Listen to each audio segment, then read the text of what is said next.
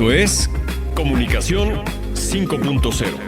Ante el tsunami desinformativo, razón abierta y sentido crítico en la comunicación.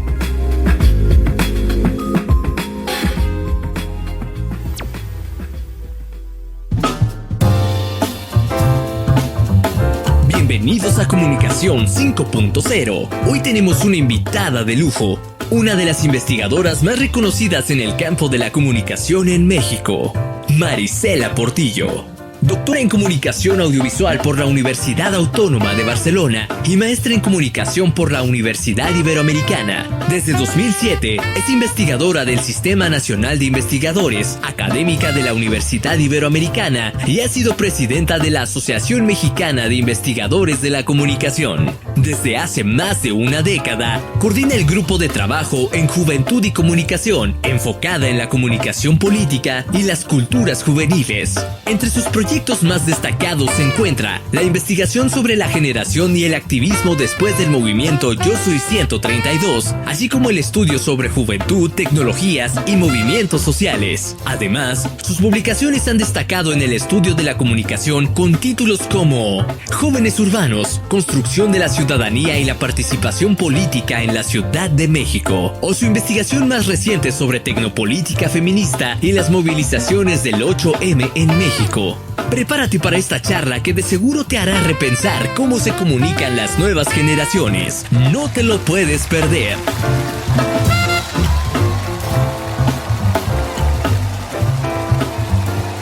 Estamos en Comunicación 5.0 y hoy con una gran invitada en la cabina, Marisela Portillo. Bienvenida.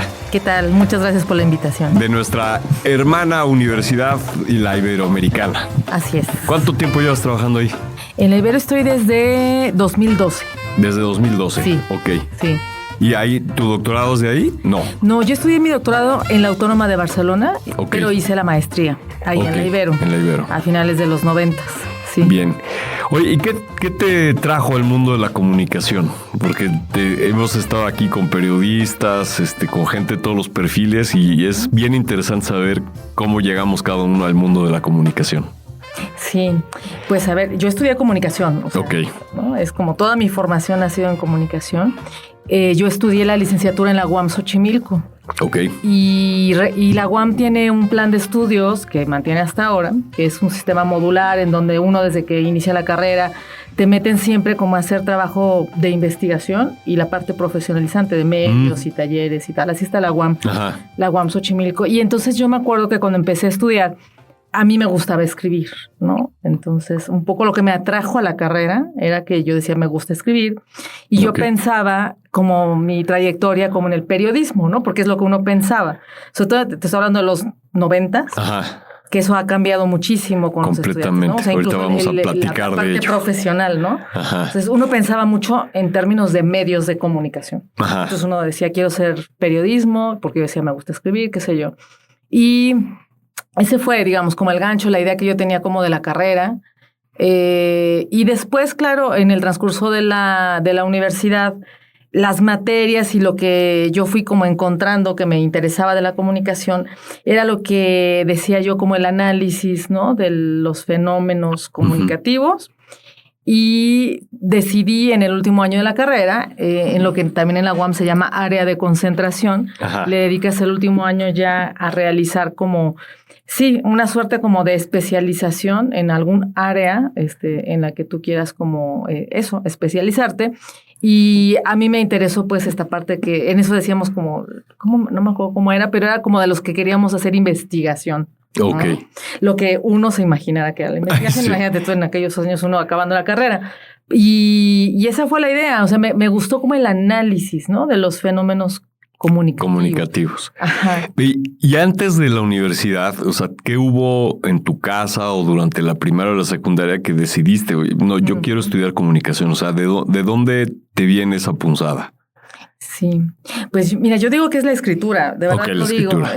Yo me acuerdo que en la prepa, uno escribía y uno decía, ay, escribes bien, ¿no? Okay. O sea, me acuerdo participando en los concursos estos de, no sé, de lo que de la secundaria y la preparatoria. Yo decía, sí, me gusta escribir y me gusta, pues yo era buena como con eso, digamos, ¿no? Uno como que descubre habilidades. Y yo pensaba que eso quería hacer, eso, como te digo, escribir. Ajá, escribir. Y después yo entendí que era como el periodismo.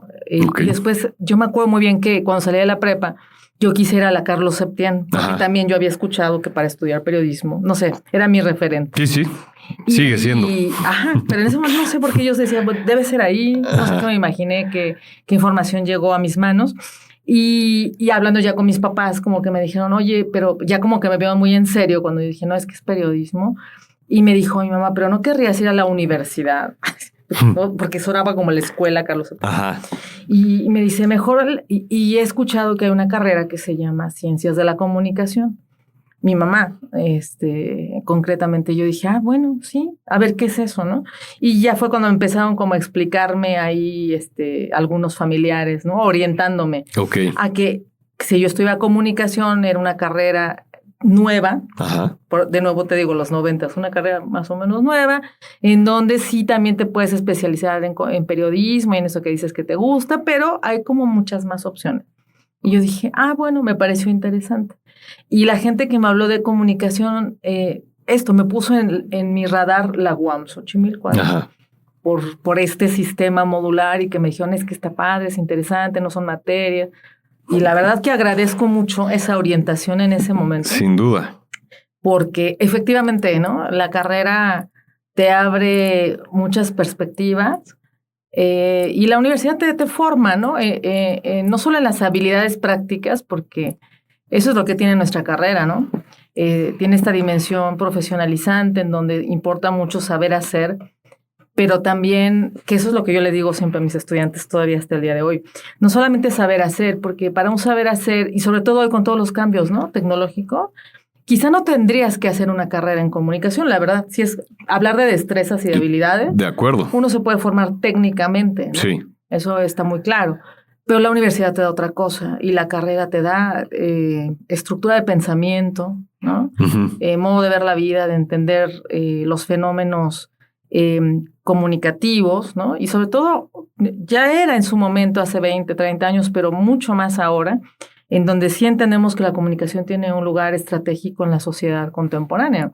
Sí. Entonces, hoy más que nunca. Exacto, ¿no? Entonces creo que eso es lo que da la universidad y por eso yo agradezco mucho también pues haber pasado y en esa universidad que sí me formó, o sea. Sí, sin duda. Después digo, me fui a la Ibero a hacer la maestría. Estudié después porque como me interesaba hacer investigación, mis profesores, porque también hay que comentar una cosa, la UAM Xochimilco se formó con muchos egresados en la carrera de comunicación, uh-huh, con muchos egresados de comunicación de la Ibero. Ok. En los 70. Ese dato no lo tenía. Ajá. Después me enteré. Ajá. Que muy interesante. Entonces, como que muchos egresados, chavitos, porque eran muy chavos, o sea, ahí en los 70s que se forma la universidad, sí, eran egresados de comunicación, recién egresados.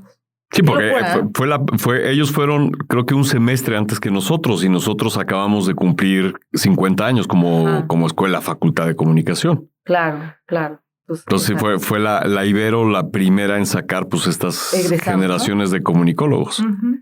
Entonces fueron a la UAM. Muchos de ellos fueron a la UAM, Xochimilco, y bueno, después me enteré de eso. Y muchos de mis profesores en la UAM me decían, si quieres seguirte especializando y esto que dices que quieres hacer, investigación y tal, pues tienes que hacer una maestría y te sugerimos que vayas a la Ibero. A la Ibero. Y así llega la Ibero. Ok. Oye, qué interesante. Y hay algo que comentaste hace rato que quiero rescatar, que a mí me atrae mucho, pero no es común. O sea, la gente por lo general quiere estudiar comunicación porque en ese entonces a lo mejor era la tele, era la radio, era el cine, el periodismo. Tú entraste con la idea de escribir, ¿no? Desarrollar tu capacidad de escribir, digamos así, pero de pronto te topaste con el fenómeno comunicativo, ¿no? Que ya describirlo de esta manera ya denota cierto ángulo. ¿Qué fue lo que te empezó, digamos, a enamorar respecto al estudio del fenómeno comunicativo y no solamente ser una parte de un elemento del fenómeno comunicativo? Porque no es común. O sea, que de pronto en la universidad alguien levante la mano y diga, ay, yo quiero ser investigador, ¿no? Y sobre todo de algo de sociales, ¿no? Sí. Sí los hay, pero son los menos. ¿Qué fue lo que a ti te atrajo? Sí, mira, yo me acuerdo que, como te digo, el sistema modular de la UAM Xochimilco implica que los estudiantes en cada trimestre, allá son trimestres, Ujú. te involucras, hasta ese momento así era el plan de estudios, no sé cómo esté ahora, pero en ese momento tú ibas como en cada trimestre llevando, decíamos, no sé, radio, televisión, hiciera por medios, la Ajá. forma en la que se organizaban los módulos, Ok. ¿no? Así se llama en la UAM. Y entonces, por ejemplo, en el trimestre de televisión, llevabas el taller de televisión, Ujú. te enseñaban a producir televisión, La parte práctica. la parte A práctica. jalar cable, como Exacto, decimos, ¿no? Exacto. Y en el módulo teórico de teorías, llevábamos toda la teoría que acompañaba el análisis de los fenómenos, por ejemplo, televisivos. Y así en cine, hacía cine, o un corto, porque era Ujú. como acababas, o un trabajo de cine, y toda la teoría literaria sobre análisis fílmico. Y en radio, así está montado. Ok. Entonces yo creo que no es casual, y no soy la única que al final también se orientó hacia un tema de investigación. Tengo varios compañeros que lo Ajá. hicieron. Y yo todavía al día de hoy te puedo decir que muchos estudiantes que llegan a la Ibero a hacer maestrías o doctorados vienen de la De la UAM. UAM, sí. Así que yo me atrevería a pensar en que en esa universidad de alguna manera te acaban incentivando un cierto pensamiento orientado al análisis de los Ujú. fenómenos comunicativos, ¿no? Porque por la misma forma en la que está planteado el plan de El estudios. programa, claro. Sí, o sea, te hacen pensar en lo que estás produciendo. Y a quien eso le interesa, pues hace un clic y dice, esto está padrísimo, ¿no? Después hay unos que no, tengo muchos compañeros que se dedicaron, como sabemos, ¿no? a la parte profesional de nuestra carrera, pero sí yo creo que, o sea, que si yo tengo que echarle la culpa a alguien de por qué al final acabé como orientándome hacia acá, yo creo que El modelo. fue el modelo de la universidad. Y me hace todo el sentido. De hecho, hasta digo, ¿y por qué aquí no lo hacemos igual? Porque aquí, honestamente, nos peleamos con la teoría. Sí. ¿No? O sea, nosotros, y este es algo que a lo mejor después desarrollamos un poco más, pero en el momento que comprendes la importancia de la teoría, ¿no? La comunicación se abre al infinito. Uh-huh. Porque desde la tele, pues tienes los límites técnicos y tienes la creatividad es ilimitada, pero el presupuesto no. Pero en la parte de entender el fenómeno comunicativo como tal, ¡pum! Hay una riqueza brutal. Además, hay muy buenas discusiones en los campos teóricos, etcétera.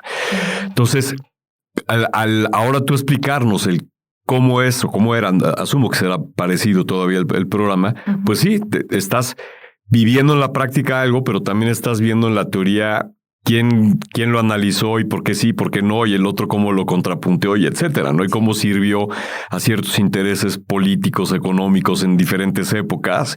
Y cuando vas conectando todo eso, pues si alguien que tiene una mente con gusto por el conocimiento, uh-huh. Pues sí, es un dulcecito ahí muy apetitoso. Así es. Sí, creo que eso fue lo que pasó. Y la verdad es que, bueno, eso me resultó muy interesante. Y después me acabó de ordenar la cabeza la maestría, ¿no? Uh-huh. También yo creo que mi formación se acabó como de ahí pues eso, de acoplar cuando hice la maestría. Llegué a la Ibero, acabé la carrera y me fui luego la maestría. Y yo siento que me estructuró, eso sí siento. A mí la maestría en la Ibero me estructuró, con lecturas y ya, o sea, ya perfilándome pues sí a una parte, porque la maestría en comunicación que sigue manteniendo hasta ahora todavía, uh-huh. Sigue manteniendo un perfil de investigación. De investigación. Uh-huh. Tú manejaste esa parte de posgrados, ¿no? Entiendo. Sí, uh-huh. Sí. Ok. Oye, y bueno, va pegando un brinquito hasta esta parte, digamos, desde la perspectiva ya académica. Tienes una visión amplísima de lo que ha pasado con el fenómeno comunicativo. Digamos, a ti y a mí nos tocó estudiar pues más media y uh-huh. Con todo eso que pues a lo mejor su apogeo empieza, tú sabrás mucho más que yo, pero en los 50, 60 empieza a brincar esto y en los 80 estaba con todo. Y de repente empieza a cambiar. Y hoy estamos en una situación uh-huh. Bien interesante, ¿no? Sí. O sea, respecto a este gran cambio que ha habido en el fenómeno comunicativo a nivel, digamos, uh-huh. Masivo. Sí. La verdad es que sí nos enfrentamos a grandes desafíos, ¿no? Quienes estamos trabajando en la universidad. Porque yo veo que hay un doble cambio, ¿no? De paradigma en la propia disciplina. O sea, si nos vamos de nuevo a la parte académica, hay un tema en la disciplina que hay todo por debatir, ¿no? Ajá. Se está transformando la propia disciplina y creo que eso nos implica como muchos desafíos a quienes estudiamos, ¿no? Ajá. La comunicación. Y eso se refleja mucho en la crisis en las universidades. Ahora que, por ejemplo, nos damos cuenta, pues eso, que va cambiando también la forma en la que pensamos el estudio de estos fenómenos comunicacionales que siempre están insertos dentro de del debate de las ciencias sociales, que es un debate mucho más amplio, Sí. y las humanidades. Y yo creo que ahí hay un desafío muy importante en términos disciplinares, ¿no? Uh-huh. Pero también está ocurriendo simultáneamente una transformación del campo profesionalizante, Ajá. ¿no?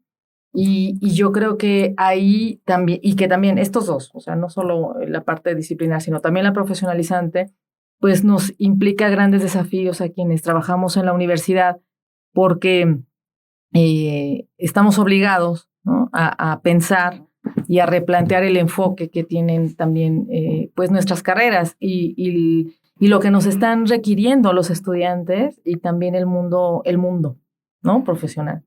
Entonces, yo creo que estamos en medio de un cambio de paradigma. Ha cambiado todo, o sea, esto mismo, la forma de pensar, por ejemplo, los medios, pues no, o sea, hay hoy, como sabemos, una transformación, ¿no?, del ecosistema mediático que se ha expandido, que se está transformando, que se está reinventando. Y yo creo que eso nos impone grandes retos, ¿no?, en este momento. Y así como en algún momento en los 80s, como bien señalas, estaba, digamos, de moda, hubo un boom de las escuelas de comunicación. Yo recuerdo que hace más o menos 15, 20 años, María Antonieta Rebel, que es una profesora que estuvo aquí muchos años trabajando en la Náhuatl. Sí, cómo no. Ella decía en alguno de sus, la recuerdo hablando de esto en alguna conferencia en el CONEIC, había hecho un recuento, decía que había 1,006 escuelas de comunicación. Te estoy hablando más o menos de hace 20 años. Sí. Ahorita yo creo que debe haber más. Sí, muchos más. O sea, esto quiere decir que la oferta, pues esto se fragmentó. Ajá. Hay una gran oferta, y no solo en México, yo me atrevo a pensar que a nivel global. Global. Ajá. Y lo que estamos observando hoy, por ejemplo, en muchas universidades en que la matrícula por distintas situaciones se ha ido como reconfigurando, pues nos obliga mucho a pensar también en esto, ¿no? Porque esta carrera que, digamos, estuvo muy de moda, que mucha gente quería entrar a estudiar, de repente nos damos cuenta que ya no es tanta la gente que está queriendo estudiar comunicación. Porque quizá, de nuevo, el mercado nos está haciendo notar, ¿no?, que hay una transformación en el mundo profesional, ¿no? Claro. Y que quizá, y ahí es en donde digo, los académicos en las universidades tendremos que pensar, tenemos que movernos rápidamente a replantear planes, programas de estudio y también formas de pensar las trayectorias universitarias, ¿no? En una formación quizá más compleja, más interdisciplinaria, ¿no? Y creo que ahí hay pues un desafío enorme, ¿no? Claro, hay una gran paradoja y ahorita lo vamos a comentar, pero es cuando el mundo necesita gente mejor preparada en comunicación, es cuando los jóvenes no están teniendo tanto interés por esta gran fragmentación. Es cierto, es cierto. Y de repente quieren cosas como muy específicas, ¿no? Entonces, como que una demanda de una cosa muy específica o de pensar de nuevo en que esta parte como técnica, que como digo, esto se ha transformado mucho, ya han proliferado también muchas escuelas con una dimensión muy técnica, ¿no? Así es. No en las universidades, ¿no? Pero hay otros lugares en donde también empiezan a observar que sí pueden aprender ciertas destrezas. Bueno, yo creo que, por eso creo que implica mucho pensar de nuevo en esto que te decía, o sea, sí hay que formar técnicamente, eso es indudable, sí, ¿no? Pero hay otra cosa, ¿no? O sea, hay una necesidad del repensamiento de la comunicación, sí, y en la formación en comunicación. Hace un momento utilizaste una palabra que yo uso mucho, pero además, curiosamente, la primera vez que lo utilicé fue en 2008, haciendo una presentación. Y en ese entonces yo sin tener conciencia de lo que estaba diciendo, pues iba a decir que de chiripada, pero pues no, algo intuía. El problema es que mi intuición no me dio entender lo que yo estaba tratando de describir, pero se fragmentan las audiencias, se fragmentan los medios, se fragmenta la mente del consumidor y se fragmentan los formatos y los canales. Sí. O sea, hoy vivimos esta gran hiperfragmentación. Y entonces, ¿qué se convierte? Hablabas también de que había hace 20 años 1,000 diferentes ofertas. Y pues claro, si lo vemos desde la fragmentación, claro, en comunicación antes pues tenías radio, audiovisual, televisión, guionismo, teorías, etcétera. Pero pues te sale una escuela que te dice, no, yo me voy a especializar en cine. No, yo me voy a especializar en diseño digital y etcétera. Entonces, esta gran fragmentación, usaste la palabra hace rato, pues en cierta forma truena la disciplina. La fragmenta a sí misma, ¿no? O sea, exactamente. Y entonces todos los que estamos, digamos, metidos en la comunicación, empieza a ver tu fragmento y yo creo que hoy quien puede salvar de esta fragmentación o por lo menos reconfigurarla, porque va a ser imposible que regresemos a como estábamos hace 20, 30 años, es el que la está investigando. Ajá. No, que es el que puede generar las nuevas teorías de comprensión y de encontrar esos hilos de oro, de pegamento, por lo menos, que puedan toda esta fragmentación volverla a ver de una manera, de un ángulo diferente y verlo como fenómeno comunicativo y no solamente como algo práctico, tecnológico, funcional, positivista, ¿no? Sí. Hay muchas formas de que hoy se le hace una aproximación cuando, pues no, espérame, todo es fenómeno comunicativo. Sí, y yo creo que tienes razón, yo creo que, y vuelvo al tema, creo que sí nos implica un enorme, pues sí, desafío a quienes estudiamos la comunicación, a quienes estamos en la universidad como profesores. Profesoras, porque lo que también yo creo que hace mucha falta es pensar en otros formatos, incluso de, ¿cómo decirte? De titulación, de construir conocimiento, ¿no? Porque de repente esta carrera, que en la propia práctica ha derivado en que muchos planes y programas de estudio se vean tentados, sí, a responder al mercado y entonces a responder desde la dimensión práctica.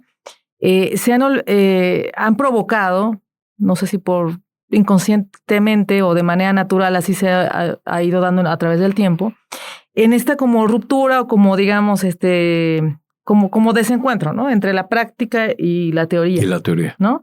Y uno lo ve con los estudiantes, ¿no? Cuando das una clase, porque nuestra carrera sigue teniendo, ¿no? Materias teóricas, ¿no? Sí, y metodológicas y tal. Más nos vale. Exacto. Pero de repente ves a los estudiantes así como, ¿no? Llegas a estas materias como diciendo, ay, ¿por qué? ¿No?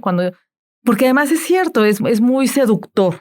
Sí. Es muy seductor. Una carrera muy padre, muy interesante en términos prácticos, pues te implica un montón de conocimiento en destrezas y habilidades que son muy lúdicas y muy seductoras, digo yo. Y el tema es que este divorcio, porque así ha ocurrido por la forma en la que ofrecemos los planes de estudio y las materias que van, pues también fragmentadas. Entonces, en una materia ves la teoría que a veces no entiendes con qué conecta y sabemos que conecta, pero a lo mejor no hemos sido lo suficientemente hábiles y ahí por eso digo que la pregunta es hacia nosotros como académicos, académicas de decir, bueno, ¿cómo podemos hacer para que efectivamente esto que decimos que es importante que aprendan, ellos lo entiendan, el estudiantado aprenda, entienda que esto es importante, ¿no? Y yo creo que ahí pues tendremos que ir pensando, ¿no? En la flexibilidad de las rutas curriculares, en no tenerle miedo a la experimentación, eso que dicen en muchas universidades, porque también este es el otro paradigma que hoy creo que también está en crisis, que es la propia universidad, ¿no? Sí, exacto. Entonces, porque además es algo que no hemos logrado cambiar. El continente y el contenido están siendo retados, ¿no? Claro, y entonces de repente uno se acerca y observa experiencias. A mí me ha tocado, en los últimos años, me tocó coordinar el posgrado en la Ibero y estuve como muy involucrada en la revisión de cómo estaban replanteándose el posgrado en las universidades y también me di cuenta en esa búsqueda, en esa conversación con muchos colegas que también está ocurriendo en la licenciatura. Hay un cambio de paradigma en la universidad, ¿no? Y hay como muchas experiencias en el mundo que están ya haciéndose cargo de esto, ¿no? Es decir, la universidad tiene que cambiar, las rutas curriculares tienen que ser flexibles. Esto que hablamos de la interdisciplinariedad, pues hay que hacerlo de verdad, un hecho. Sí. Y eso implica, pues, muchas cosas que se dicen muy fácil, pero que en la práctica sabemos que son muy complicadas, ¿no? Pero que sí, que es eso, en definitiva, intentar, pues, volver a estos espacios más creativos, más en términos de laboratorios, de espacios fuera del aula, que también te lo dicen mucho los expertos, ¿no? Para poder justamente volver como a este tema de, bueno, experimentemos, pensemos, con lógicas que no sean, por ejemplo, textuales. La universidad está también muy cerrada a ciertos formatos. Ahorita te hablaba de la titulación, sobre todo porque en el posgrado se ve mucho, ¿no? Que hay que hacer una tesis, por ejemplo, ¿no? Ya en las licenciaturas no tanto, pero en el posgrado todavía estamos muy casados como que hay que hacer una tesis y de repente dices, bueno, a lo mejor hay otras formas, ¿no? También de producción del conocimiento y hay gente que lo está haciendo. Allá en la Ibero lo estamos viendo, pues esto, en esta suerte como de conversación con las humanidades digitales, con gente que sí lo está haciendo, lo está intentando y yo creo que eso es muy interesante porque es pensar en la producción del conocimiento desde otras lógicas, ¿no? Audiovisuales, en fin. Y yo creo que si avanzamos hacia allá puede ser muy interesante, porque pensando, por ejemplo, en una de las lógicas que muchos estudiantes siguen pensando, en la Ibero nos sigue ocurriendo que muchos estudiantes quieren estudiar, por ejemplo, cine, ¿no? Sí llegan pensando en eso, en la lógica de producción audiovisual. Aquí se me han ido varios a la Ibero porque quieren cine. Porque, y me parece padrísimo, ¿no? O sea, seguir pensando en la lógica de producción audiovisual. Y dices, bueno, esto es muy interesante, pero en esa propia lógica de producción, pues confluyen un montón de cosas, ¿no? De esto que estamos diciendo. O sea, sí implica un modo de ver el mundo. Por supuesto, tienes que pensar. Hay una dimensión conceptual cuando tú piensas, ¿no? Sí. En una construcción de una narrativa, ¿no? Entonces yo creo que es ahí en donde tendríamos que empezar a pensar en cómo ir hilvanando, digamos, ¿no? El pensamiento teórico con el práctico, en términos, por ejemplo, de la producción de una narrativa audiovisual, ¿no? Sí. Y luego los canales, ¿no? O sea, el cine. Bueno, yo digo, ahorita decía cine, pero sabemos que están pasando muchas cosas con las narrativas también, ¿no? Uh-huh. Y entonces la producción también audiovisual está cambiando. Entonces, pensar también en estas otras lógicas de producción en las plataformas, por ejemplo, que también está impactando el cine. Entonces, y ahí es en donde creo que entran como muchos elementos interesantes para pensar con nuestros estudiantes, ¿no? O sea, sí, sin duda. Y con base en tu experiencia, a lo mejor la pregunta que te hago es compleja. No, bueno, pero el mundo el que estamos viendo es bastante complejo, entonces vale. ¿Qué crees que sean estas, digamos, estas líneas que conecten entre esta búsqueda práctica del estudiante o de que están en TikTok recibiendo una cantidad de información, no solamente audiovisual, pero también de forma, de fondo, de contenidos. uh-huh. Y entonces luego ellos se imaginan siendo una figura así o haciendo una película como pues, las que están viendo hoy, ¿no? Pero que todas son superhéroes y quieren hacer uh-huh. sus narrativas. Y desde este lado nosotros decimos, no, espérate, es que podemos ir viajando más en profundidad. ¿Cuál sería la narrativa desde la academia uh-huh. de decirles, espérate tantito, porque esto es lo que te va a poder hacer diferente, es lo que te va a poner tu propia cosmovisión sobre tu trabajo, sobre tu narrativa? ¿Cómo hacerlo? Porque por otro lado pienso, a ver, nosotros aquí diseñamos una serie de programas y los tenemos metidos en el cajón, porque digamos, la autoridad tiene unas formas diferentes y hoy sobre todo que hay una rigidez, como tú dices, que haya cosas interdisciplinarias y más flexibilidad, pero no podemos meterlo todavía porque uh-huh. te tienes que meter en una cajita. Sí. Pero mientras tanto, ¿cuáles son esas narrativas que tendríamos que ir construyendo? Sí. O sea, ¿cómo decirles esto está pegado a esto y no lo puedes ver separado? Uh-huh. Es una pregunta que no tiene una respuesta fácil, sí. ¿no? Yo lo que he observado es que, por eso te digo, o sea, creo que la universidad va siempre a un paso más lento de lo que uno quisiera. Es un barco muy por la propia grande. Estructura, ¿verdad? Sí. Es una estructura muy compleja de mover.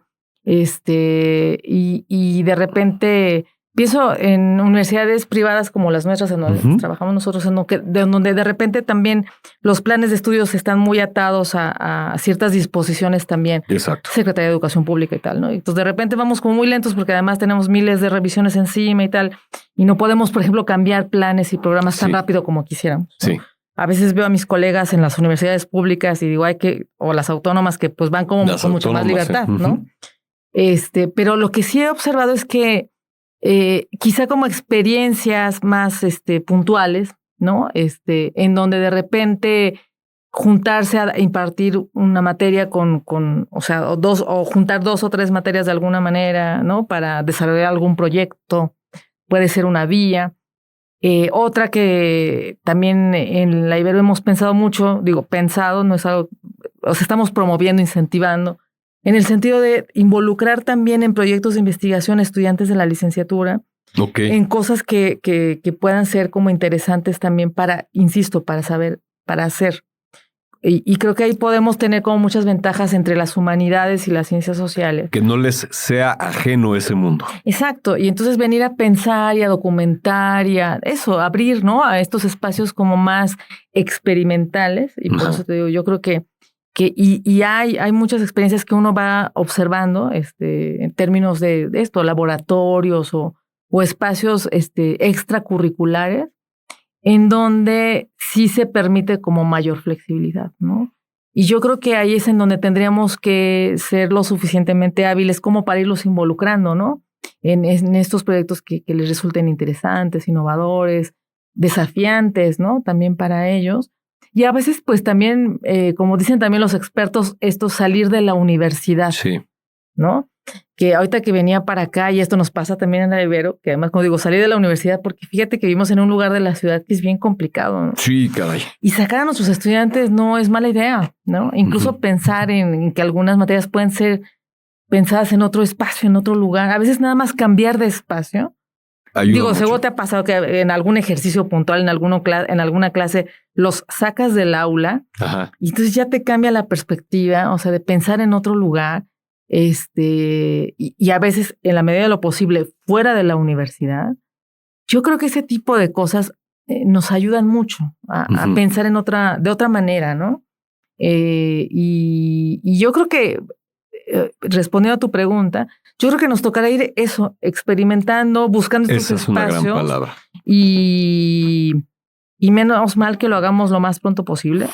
Sí. Porque sí, lo que yo pude observar en estos últimos años, te digo que nos hacíamos esta pregunta allá en la Ibero con el posgrado, que es lo que a mí me tocaba llevar en estos años, nos dimos cuenta que muchas universidades en el mundo ya lo están haciendo. Y entonces los expertos en educación a los que nos acercamos como para preguntar esto que estamos ahorita hablando tú y yo, pues nos decían, pues sí, de repente vamos lentos, ¿no? O sea, hay otros lugares en donde ya se está empezando a pensar en esto. Pienso, por eso te digo, sí, hablaba de esto de la escuela, de la universidad sin el espacio, sin estar atada al espacio. Al espacio. ¿Sabes? Al aula. Sí, y es un acto de valentía, ¿no? Por parte nuestra, porque a ver, no podemos tocar los planes, pues porque no digamos, no es legal, no es correcto. Y quizá no lo podemos hacer tan rápido. Pero sí podemos experimentar y hay que quitarse el miedo a experimentar, ¿no? Y como que estar conscientes de vamos a hacer esto, igual no sale bien o el profesor no lo entendió y entonces los alumnos se quejaron, no sé, pero es que lo dijiste, si no lo hacemos ya y no nos atrevemos a experimentar, pues dentro de 5 años igual lo lamentamos. Sí. No, porque lo que es una realidad, la matrícula en comunicación y en la mayoría de las humanidades, pues está siendo también un reto. Sí, sí. Y de pronto cuando la velocidad tecnológica, el alumno diga, es que esto en la universidad no me lo van a enseñar, no lo voy a poder alcanzar. Lo que yo aprenda en primer semestre para el cuarto semestre ya cambió completamente. Esto es para qué estudio. Así es. No, y eso pasa. Entonces mejor me siento en mi computadora y lo hago. Sí. Pero claro, nosotros no, es que aquí tienes trabajo en equipo y tienes esta parte de la investigación y hay muchas otras cosas que te vamos a ayudar a desarrollar. Así es. Entonces hay que arriesgar, hay que experimentar. Sí, yo creo que sí. No nos queda de otra. Y no hemos hablado de otro tema que es el que yo creo que también nos tiene ahorita todos en jaque, bueno, y que tiene que ver con todo esto que estamos diciendo, que es la inteligencia artificial. O sea, llevamos 2 años, yo creo que esto ha venido a darnos con una punta de lanza a todos, por eso digo, mientras más rápido mejor, porque en esta reconfiguración del mundo profesional y también académico, pues estamos todos vueltos locos, ¿no? Claro, no, como dicen en el mundo taurino, no podemos dejar que sea la puntilla.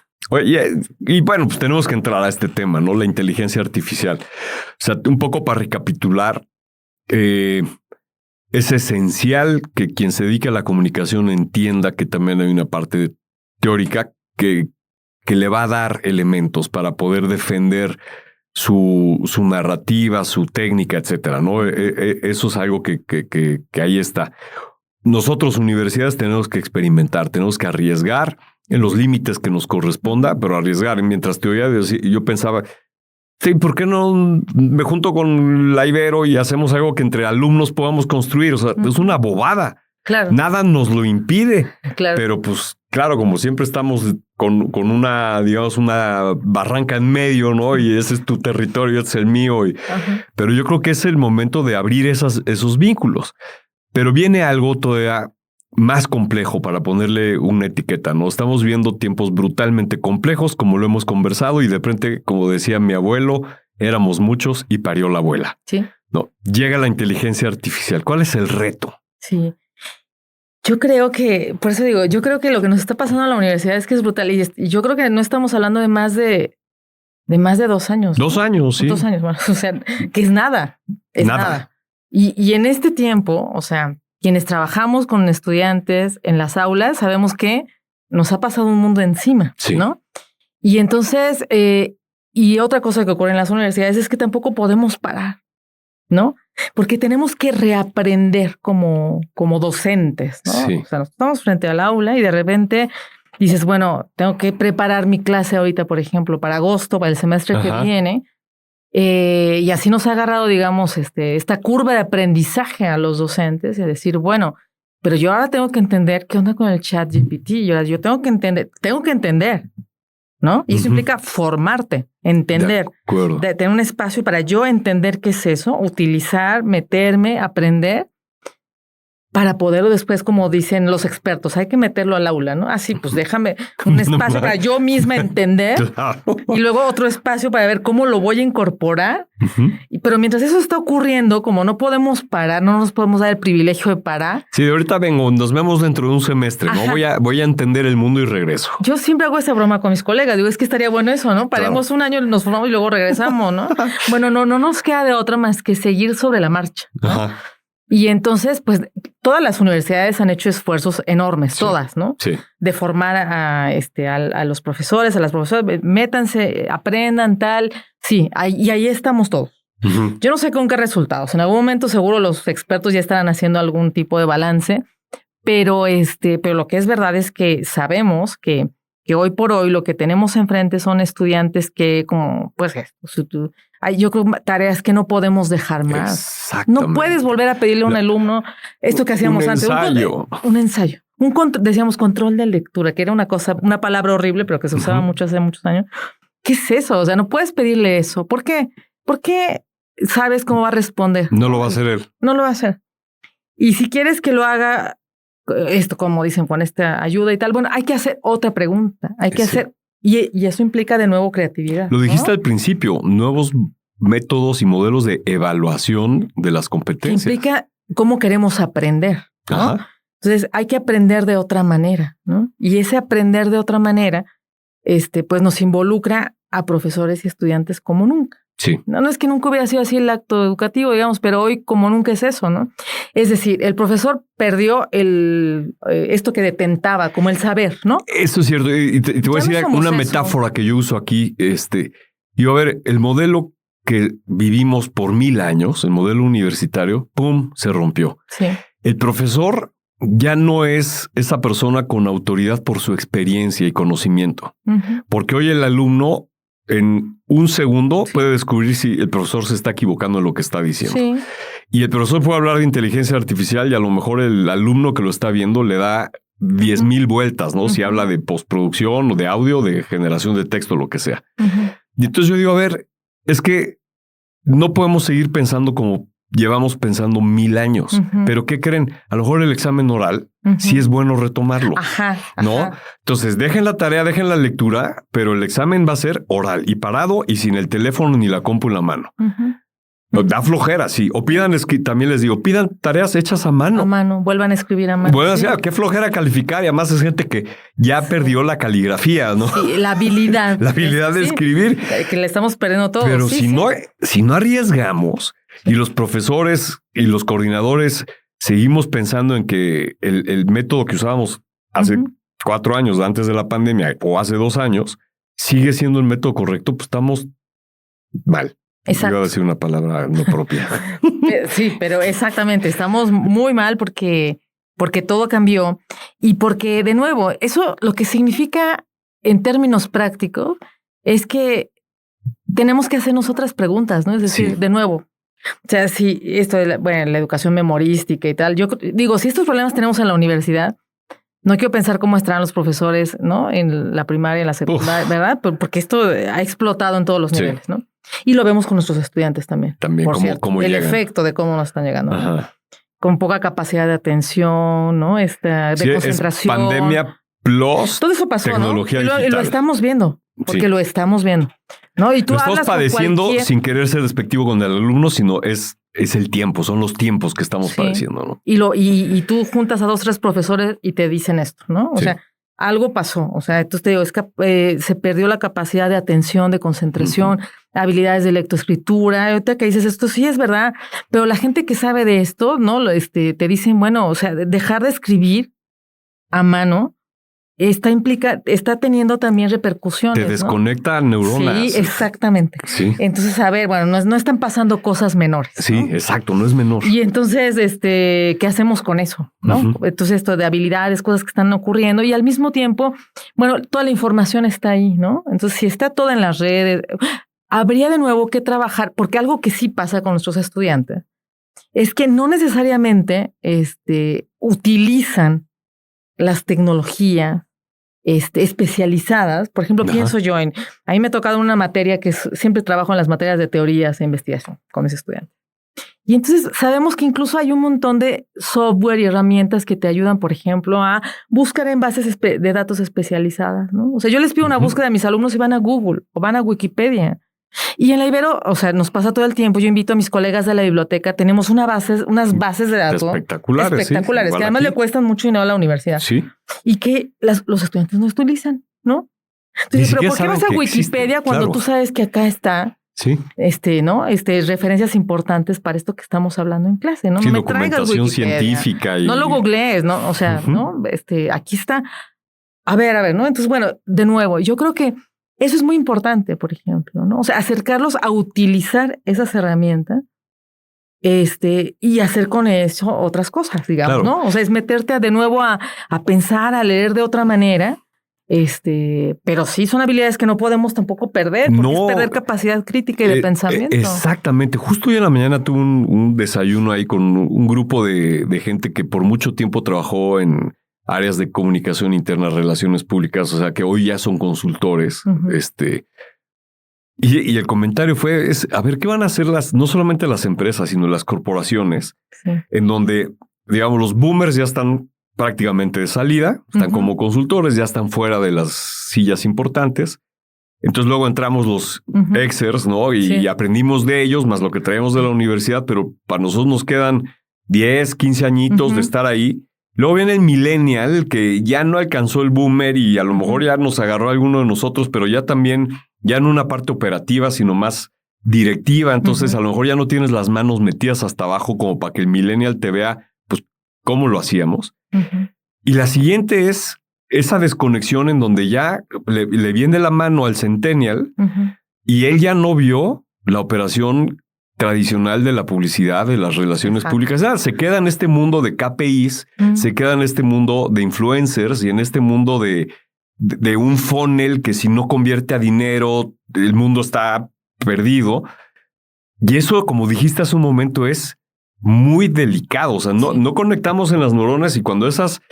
Y de nuevo, no quiero ser despectivo, pero el ejercicio de escribir, de leer, no solamente aporta a tu conocimiento, sino también a tu desarrollo neurológico y eso a su vez entonces te pone en un sentido crítico y etcétera. Estamos metiéndonos ahí en un territorio de la biología. Nos corresponde hacer este rescate, porque dentro de 20 años, 30 años, ese quehacer de remangarse se va a perder. Es como los pueblos de España que ya nadie sabe ordeñar vacas, ¿no? Y es un gran drama que dentro de 50 años no haya seres humanos que sepan ordeñar vacas porque se acabó esa población rural. Sí, pero tienes toda la razón. Esto de ahorita que dices esto, son como los oficios, porque hay una parte artesanal y de oficios. Sí, ¿no? por supuesto. Que algunos aprendimos. De nuevo, yo me acuerdo cuando estudié que editábamos cortando y pegando literal la edición. Yo recuerdo todavía en radio, en mis clases de radio, cortar, pegar y tal, ¿no? O sea, había una parte artesanal. A ver, y la parte de investigación. Entendías que la edición era cortar y pegar literalmente. Tú dime de tus alumnos hoy, Uh-huh. no, salvo que por ahí alguien, digamos, con suficiente estructura, ¿quién va a hacer una ficha bibliográfica como las hiciste tú? Exacto. Nunca jamás. No. Entonces hay unas cosas como artesanales que aprendimos y que en el oficio también vimos que se hacían, ¿no? De nuevo con el periodismo, recuerdo, ¿no? O sea, pensar en un periódico impreso y que ahorita les hablas a tus estudiantes de un periódico impreso y es historia, ¿no? Sí. Yo siento en muchas de mis clases que yo doy clases de historia. Ok. Pero pienso que es muy importante.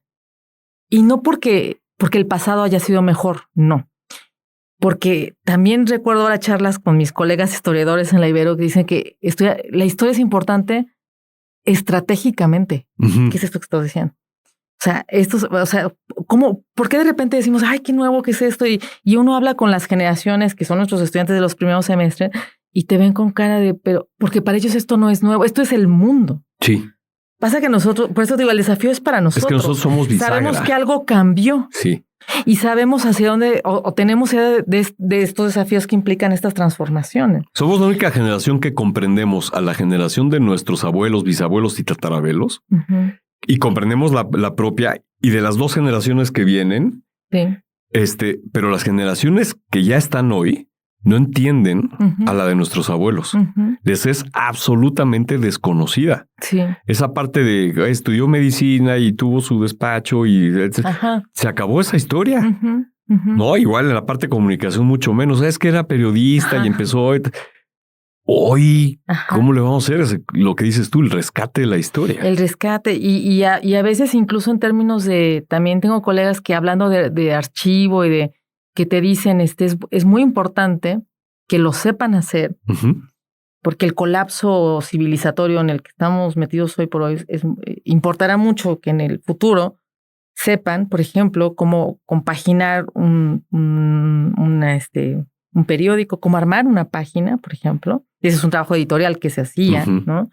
O cómo, o sea, en fin, cosas que aprendimos a hacer y que deberíamos saber hacer, pienso en la fotografía, ¿no? Claro. Mis colegas ahora también pidieron mantener un cuarto laboratorio. oscuro. Sí, claro. Y ahora se están haciendo ahí también muchas cosas muy interesantes, experimentales, pero digo, es muy importante, Sí. ¿no? O sea, son las bases, y es muy importante incluso para pensar, y la gente que trabaja archivo lo dice, o sea, para mantener la memoria, ¿no? Porque como hoy sabemos, las redes son fugaces en cualquier momento, ¿no? Lo estamos viendo hoy por las plataformas. Tú te sabes seguro el teléfono de tu casa y del teléfono de tus abuelos, pero Claro. probablemente no te sepas el de tu colega. Exacto. De hoy. O Exacto. sea, yo me acuerdo perfecto de los números cuando yo tenía 10, 15 años. Pregúntame de los números actuales, no me sé ni Exacto, uno. ¿No? exacto. Y esa es esa deficiencia Mm. que hasta que no la vives dices, ay, Ujú. ya no hice el esfuerzo por aprenderme ningún número. Ujú. Y entonces, ¿cuánto de mi falta de memoria en la actualidad Ajá. es precisamente porque me confío que lo tengo en el teléfono? Y confiamos todo a este mundo digital, Sí. ¿no? Pensando, pues digo, el archivo, la memoria, las fotografías, la música, hoy está todo en las plataformas. Y bueno, no estaría de más pensar en el archivo, de nuevo el archivo físico, ¿verdad? Sí. Algunas series que en estas imágenes distópicas nos han puesto a pensar en eso, en el colapso. ¿Qué implicará eso, no? Entonces, bueno, de nuevo, yo creo que son problemas bien complejos. Sí. La comunicación está ahí. Tratar de comunicar eso a nuestros estudiantes, trabajarlo en clase, también bajarnos del pedestal, porque también hay que decirlo, los académicos de repente estamos como en un... No, hay que ir a aprender también con ellos y yo creo que es un momento en el que implicará mucho estar muy de la mano para transmitir lo que nosotros sabemos y también ellos, pues las inquietudes del mundo que ellos están observando, porque sin duda ellos también tienen, pues bueno, muchas inquietudes, ¿no? Respecto a esa posibilidad de futuro. Ya no hablemos de la carrera nada más, ¿no? Pero yo creo que ir de la mano es muy importante y no solamente por una cuestión práctica, sino también como horizonte de posibilidad, ¿no? En términos más amplios, ¿no?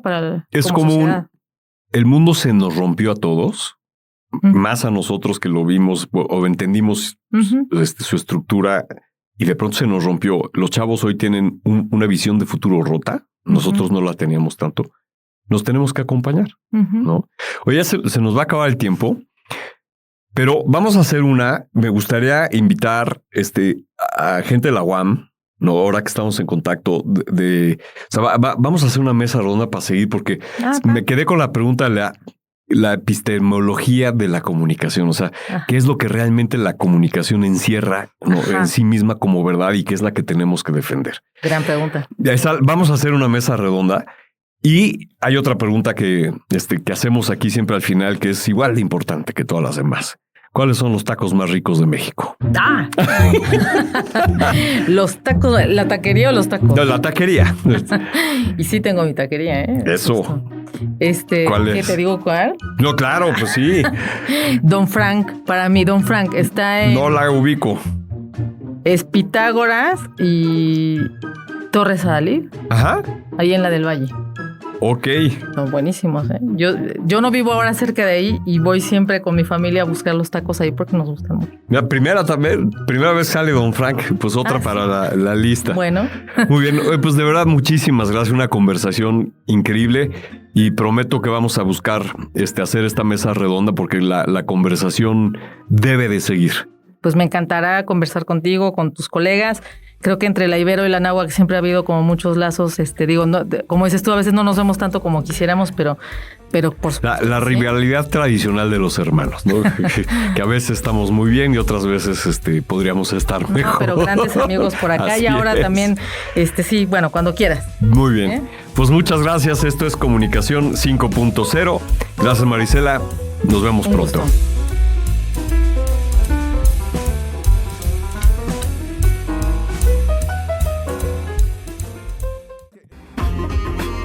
Gracias por estar aquí. Comunicación 5.0 es para todos. Nos vemos en nuestra siguiente emisión.